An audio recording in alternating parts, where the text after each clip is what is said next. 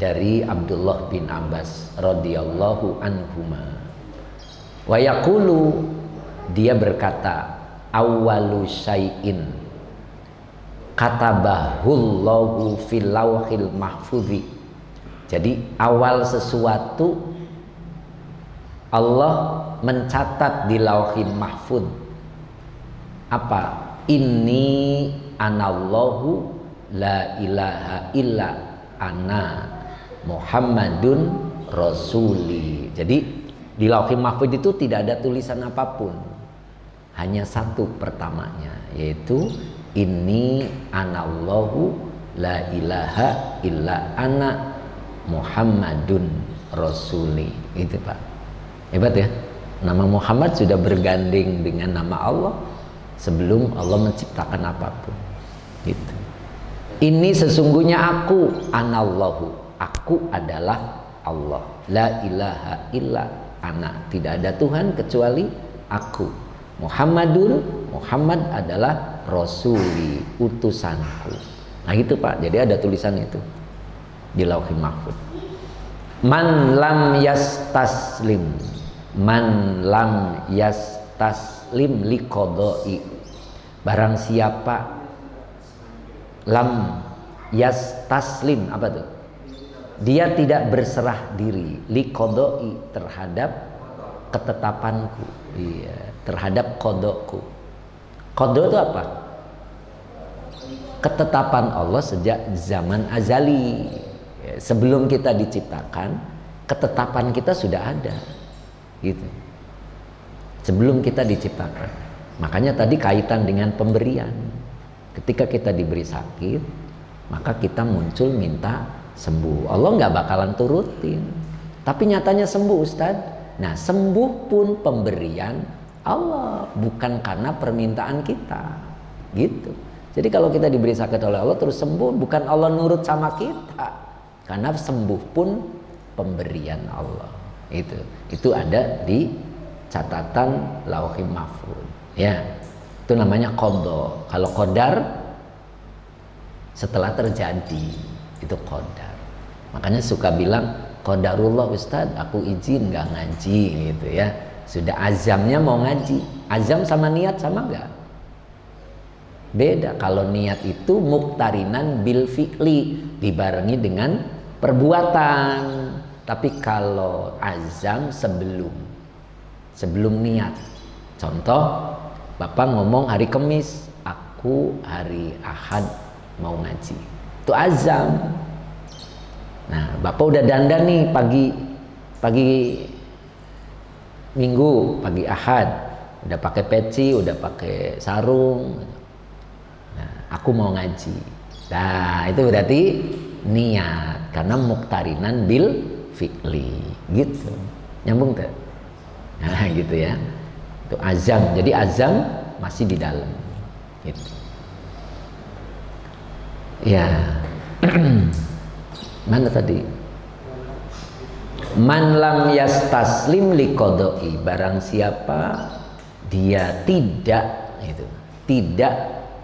berserah diri terhadap ketetapanku, walam yasbir ala balai, dan dia tidak bersabar atas balai. Balai itu ujianku, iya, cobaanku. Bala ya, jangan dua kali. Nah, itu. Nah, ganti karoket. Walam yasbir ala balai, dan dia tidak sabar atas ujianku.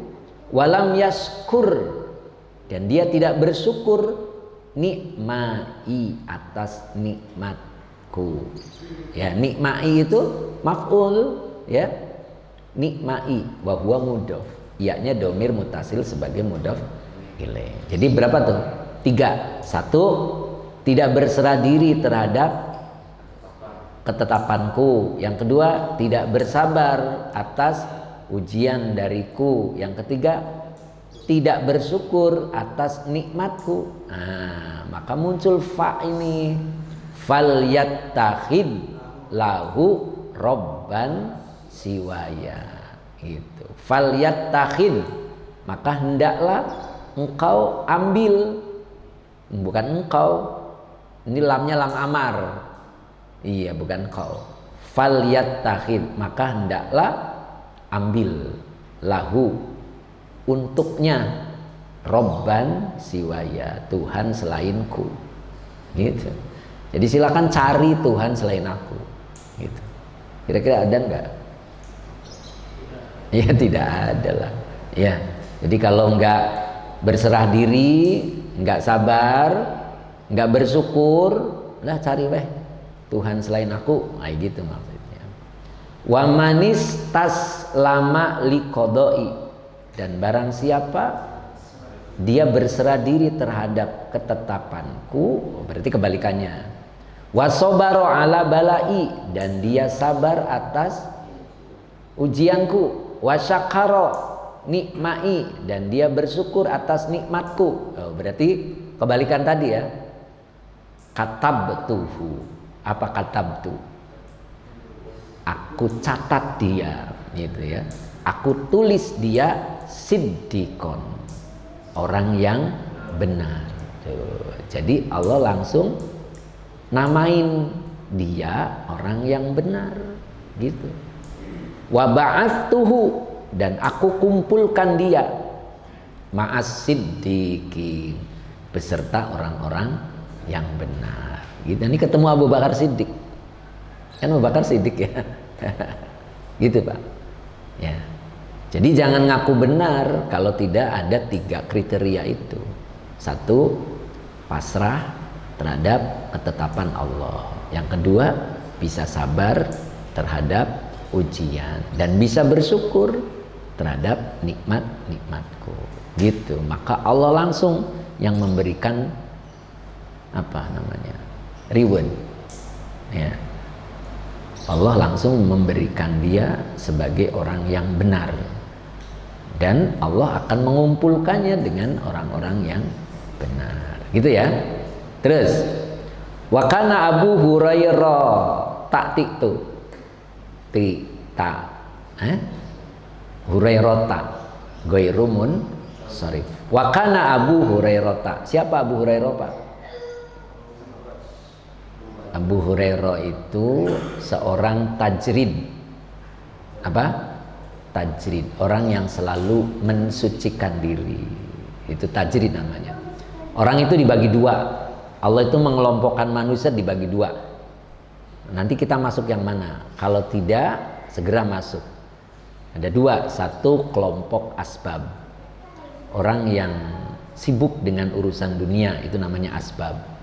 Tapi walaupun sibuk dengan urusan dunia, dia selamat dari agamanya. Maksudnya apa? Dia bisa ngaji, bisa sholat, bisa silaturahmi, bisa sodako.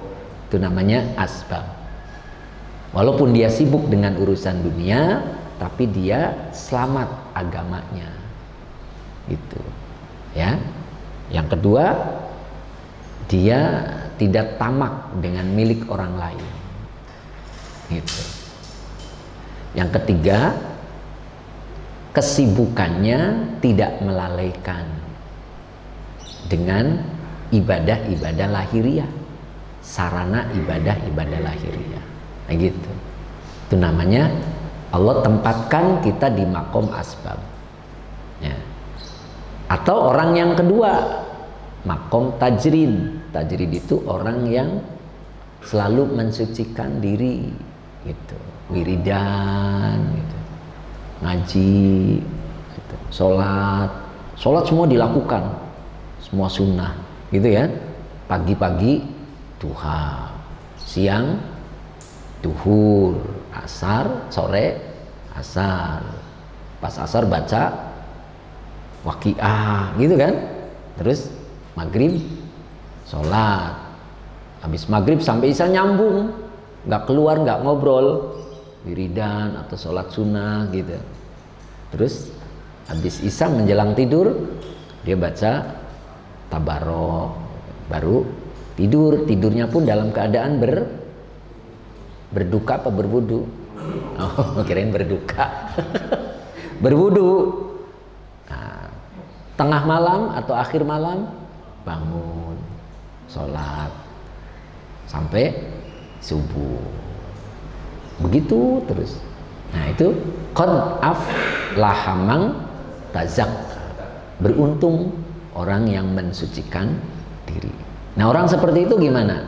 Tajrid namanya. Dua-duanya dicukupi oleh Allah. Asbab dicukupi oleh Allah, dan tajrid pun dicukupi oleh Allah. Yang tidak dicukupi yang tanggung. Wiridan kadang wirid, kadang enggak. Sholat juga gitu, kadang sholat, kadang enggak. Mau jadi tajrid setengah gitu. Atau asbab pun begitu.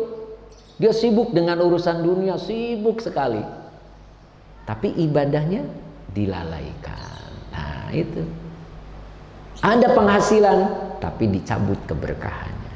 Nah itu Pak. Jadi kalau kita di antara yang dua, maka harus betul-betul, karena Allah menempatkan dua itu. Jadi kalau setengah-setengah cepet pindah, cepet sempurnakan gitu. Karena Allah tidak menciptakan yang ketiga, hanya dua. Ya, paham nggak? Nah, ada orang ahli maksiat gitu. Wah, kayaknya Allah saya tempatkan di sini. Nggak ada, Allah tempatkan manusia di maksiat, nggak ada. Jadi harus segera pindah, gitu. Paham nggak? Paham ya? Atau bapak kerjanya dinaikkan oleh atasan di suatu jabatan yang lebih bagus, tapi ternyata ibadahnya malah berkurang, segera turun atau minta pindah, gitu Pak. Itu berarti tidak di asbab, ya sudah keluar dari asbab. Gitu. Nyambung nggak? Nah, mudah-mudahan kita bisa seperti itu ya, lebih jelas gitu. Itu Allah menempatkan kita itu dua. Nanti tinggal pilih yang mana. Jangan minta pindah dengan hawa nafsunya, gitu. Dari asbab pengen ke tajrid pengen ke asbab. Jangan. Abu Hurairah tetap jadi Abu Hurairah. Abdurrahman bin Auf tetap jadi Abdurrahman bin Auf. Itu dua makom yang Allah tempatkan berbeda. Abu Hurairah itu termasuk tajrid ini. Dia ngikut Rasulullah terus itu. Makanya banyak meriwayatkan hadis. Pernah dengar an Abi, sering dengar an Abi Hurairah ya. Tapi Abdurrahman Auf tidak meriwayatkan hadis karena dia selalu berada di pasar, selalu berada di tempat kerjanya, gitu. Makanya jangan setengah, gitu ya. Nanti nggak selamat, gitu. Terusin. Wakana Abu Hurairah, dikit lagi. Wakana Abu Hurairah radhiyallahu anhu yaqulu min zirwatil imani, di antara kokohnya iman adalah istislamu, berpasrah diri li Rabbi, kepada Rabb Jalla Jalalu. Jalla itu apa sih? Maha mulia. Itu jabatan Allah ya. Jadi salah satu kokohnya keimanan itu dari berpasrah diri. Tapi syaratnya pasrah itu harus mengenal Allah, gitu. Kalau kita tidak mengenal Allah kemudian pasrah, ya salah berarti. Ya, orang itu kalau menyerahkan diri harus nitipin diri, harus yang kenal, gitu ya. Oke, itu saja dulu ya. Apa tambah satu lagi? Tambah satu lagi. Wakana Wahab bin Munabbih rahimahullahu yaqulu. Masih ada tulisannya? Masih ada enggak? Masih. Min huznin ala ma fi yadi ghairihi, yakni maksudnya hasadu akhahu ala rizkihi faqad sakhata ala qada'i rabbih. Barang siapa, huzni itu apa? Sedih. Barang siapa sedih terhadap apa yang dimiliki selainnya, maksudnya dimiliki oleh orang lain, yakni hasud kepada saudaranya atas rizki yang diperolehnya, Faqad sakhoto, maka dia telah marah ala qada'i rabbihi, terhadap ketetapan Robnya.